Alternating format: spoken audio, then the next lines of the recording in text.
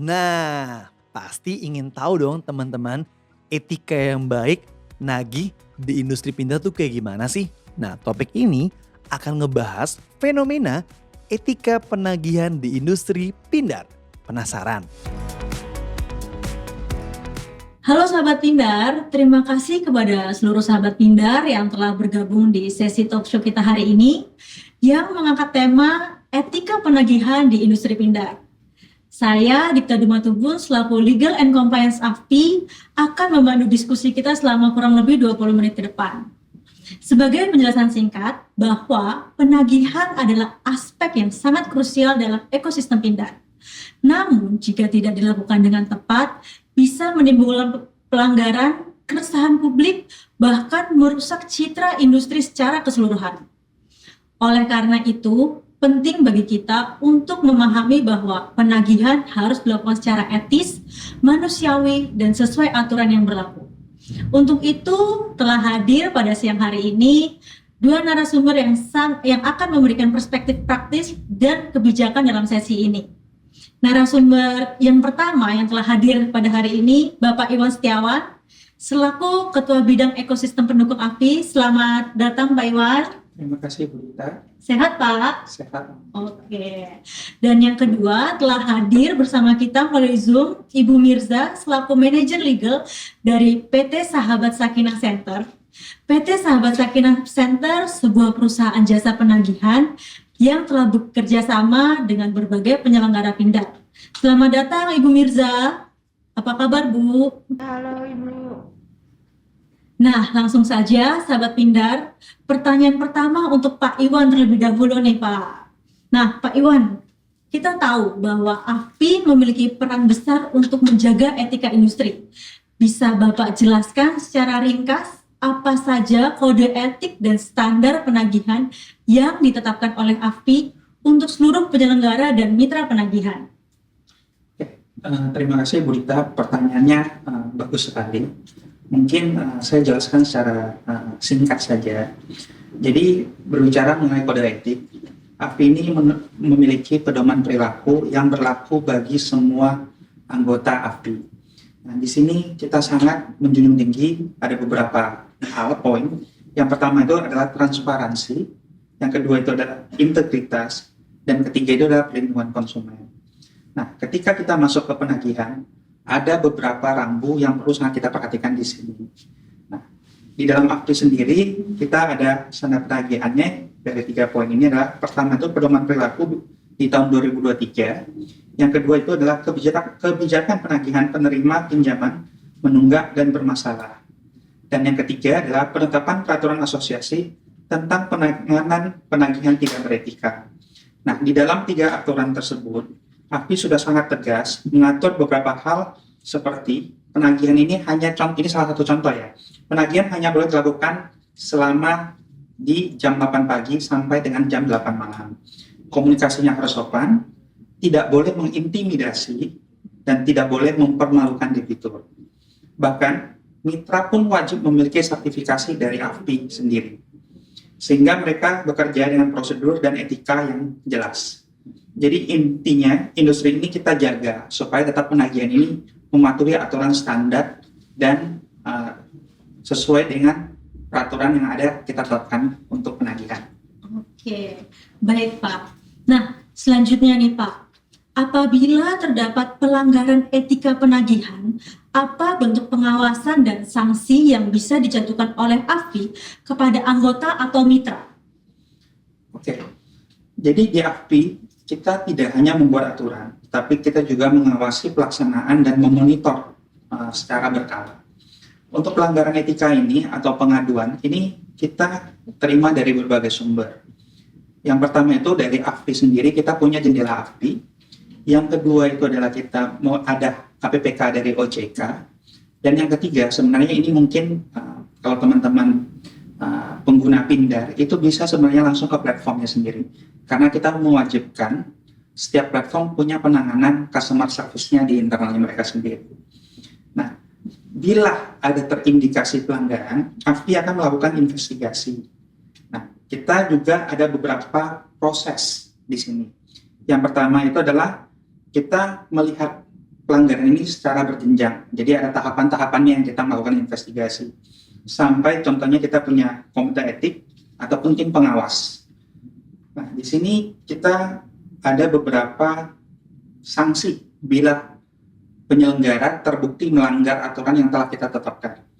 Bisa berupa mulai dari teguran, kewajiban perbaikan, sampai pembatasan operasional. Bahkan untuk kasus berat, kita bisa membekukan proses dan mencabut sertifikasi dari mitra penagihan tersebut. Bahkan kita bisa juga memberikan rekomendasi kepada OJK untuk diberikan sanksi lebih lanjut. Kurang lebih seperti itu. Nah, pada dasarnya di AFPI ini kita ingin menjaga penagihan ini tetap etis, manusiawi, dan tidak merusak kepercayaan masyarakat terhadap industri pindad. Kurang lebih seperti itu.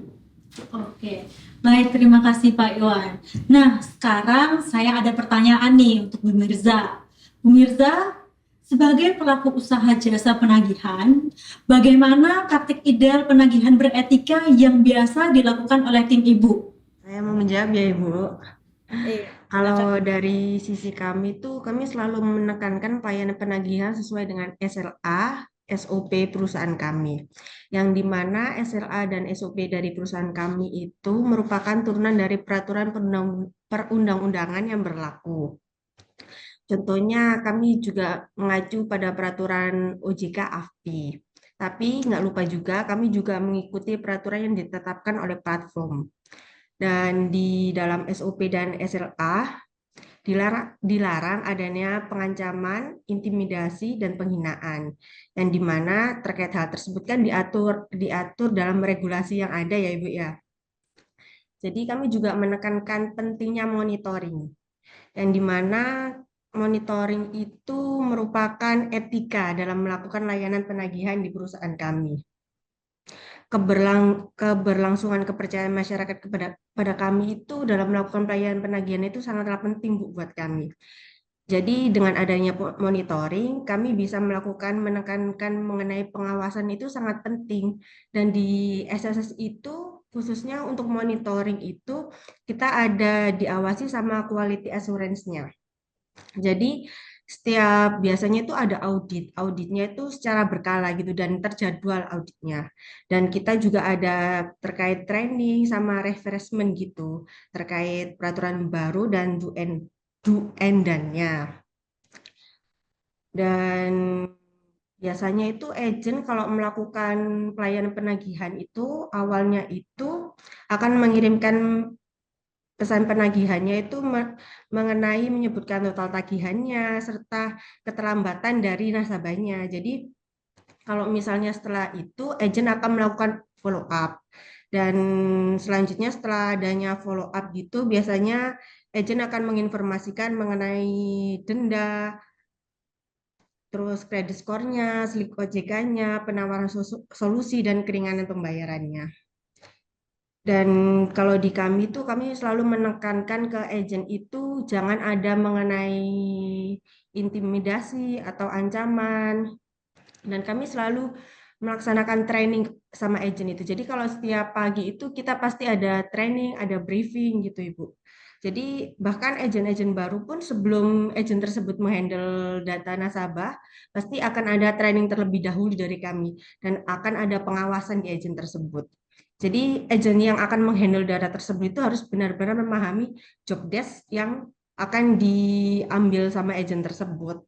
Jadi dan sebelum agent tersebut langsung menghandle nasabah tersebut, pasti akan ditanyakan dulu sama quality assurance kami.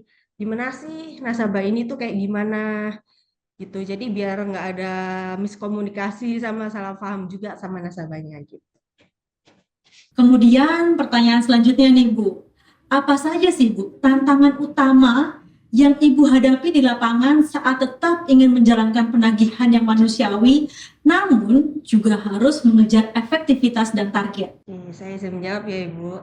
Jadi kalau tantangan utamanya ya, tantangan yang sering kita hadapi itu ya pertama ya nasabahnya yang tidak mempunyai dana biasanya yang tidak mau melakukan pembayaran gitu. Biasanya kayak misalnya nasabahnya lagi di SPHK, nasabahnya bangkrut, nasabahnya terkena musibah, itu kan tantangan sekali buat kita. Dan gimana sih caranya biar nasabah itu mau membayar ke kita. Jadi cara kita untuk menghadapi itu tuh pasti kita cari solusi. Jadi solusinya itu solusi antara nasabah dan agennya yang langsung menghandle nasabah tersebut. Jadi kita melakukan pendekatan. Jadi biasanya itu kita menawarkan diskon, menawarkan pembayaran parsial, restrukturisasi. Tapi semuanya itu sesuai dengan kebijakan dari platformnya. Jadi kita juga mengikuti aturan dari platformnya. Jadi nasabah, jadi agennya itu akan menanyakan ke nasabah, Bu, minta tolong ya dibantu gini gini gini. Jadi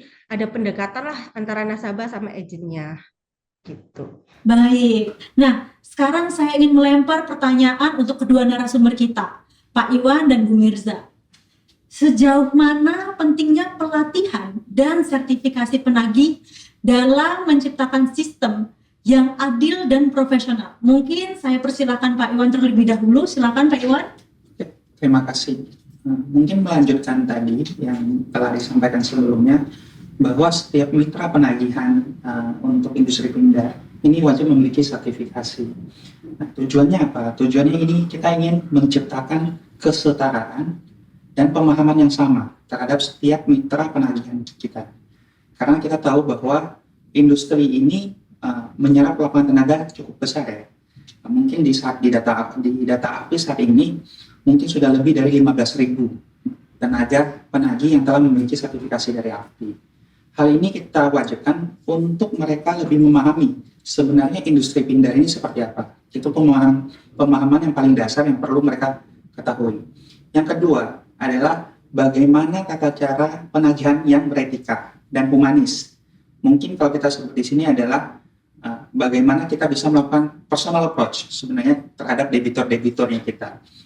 Nah, kita harapkan dengan adanya sertifikasi seperti ini, kita bisa meredam yang namanya komplain, meredam namanya penagihan tidak beretika di industri pindad.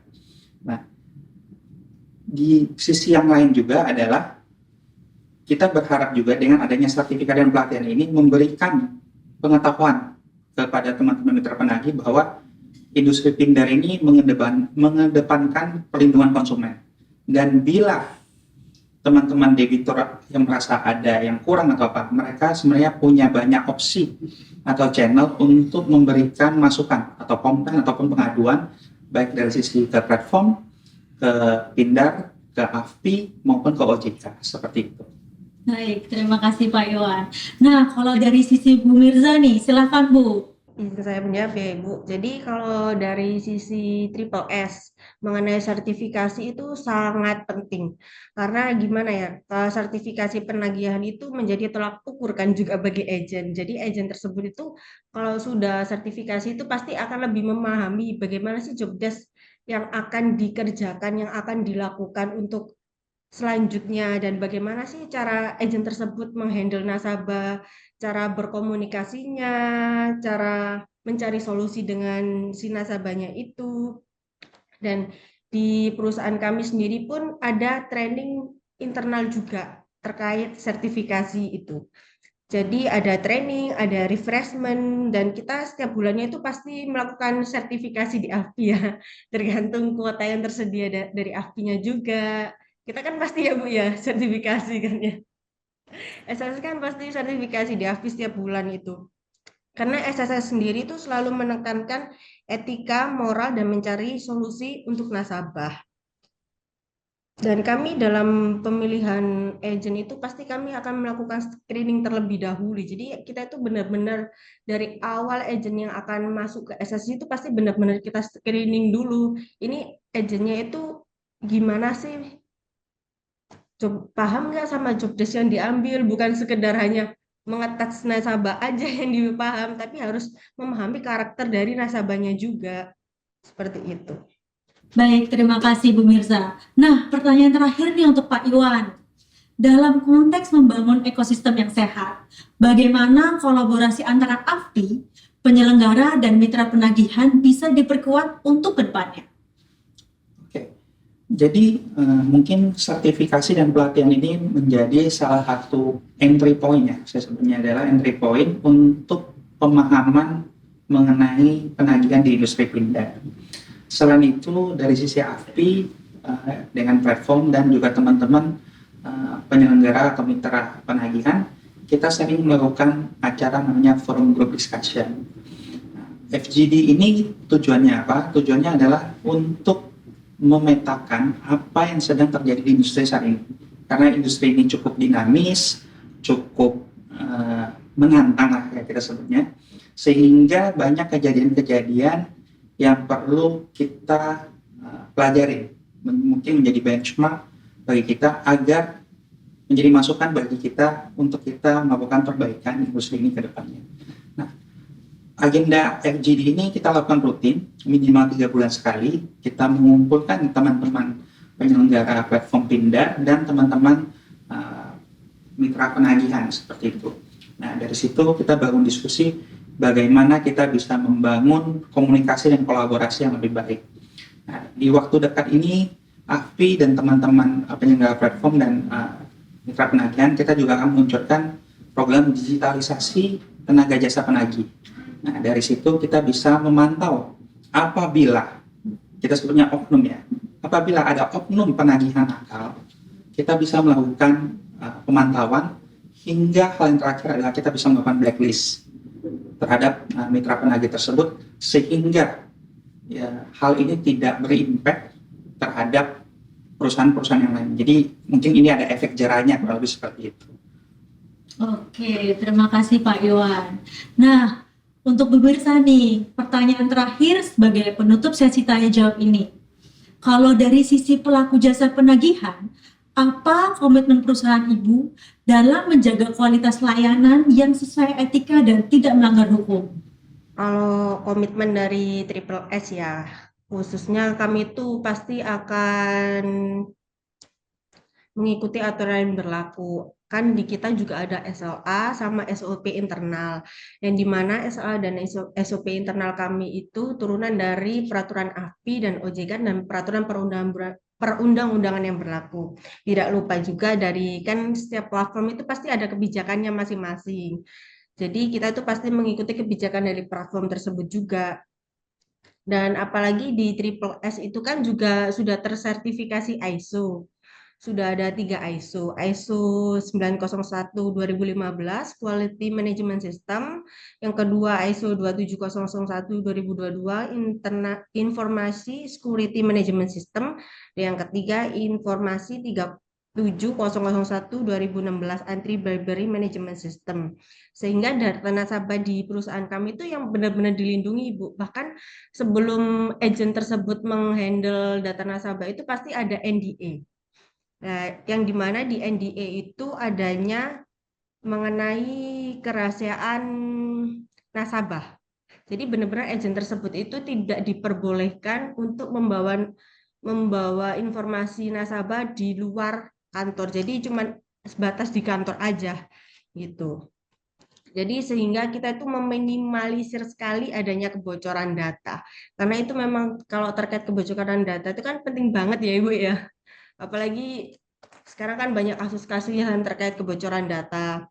Jadi di internal perusahaan kami juga menekankan terkait kebocoran data itu bagaimana sih caranya biar data itu nggak bocor. Dari sistem audit, dari monitoringnya itu pasti kita benar-benar tekankan dan terkait screeningnya itu. Terima kasih banyak kepada Bapak Iwan Setiawan dan Ibu Mirza yang join Zoom atas insight-nya yang sangat bermanfaat hari ini. Dari diskusi ini, jelas bahwa penagihan bukan hanya soal angka, tetapi juga tentang kepercayaan, empati, dan profesionalisme. AFPI akan terus mendukung kolaborasi dan pelatihan untuk menciptakan praktik penagihan yang transparan, berintegritas, dan sesuai dengan pedoman perilaku yang telah ditetapkan.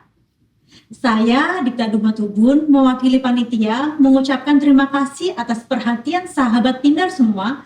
Sampai jumpa di sesi berikutnya dan tetap semangat menjaga integritas industri fintech Indonesia.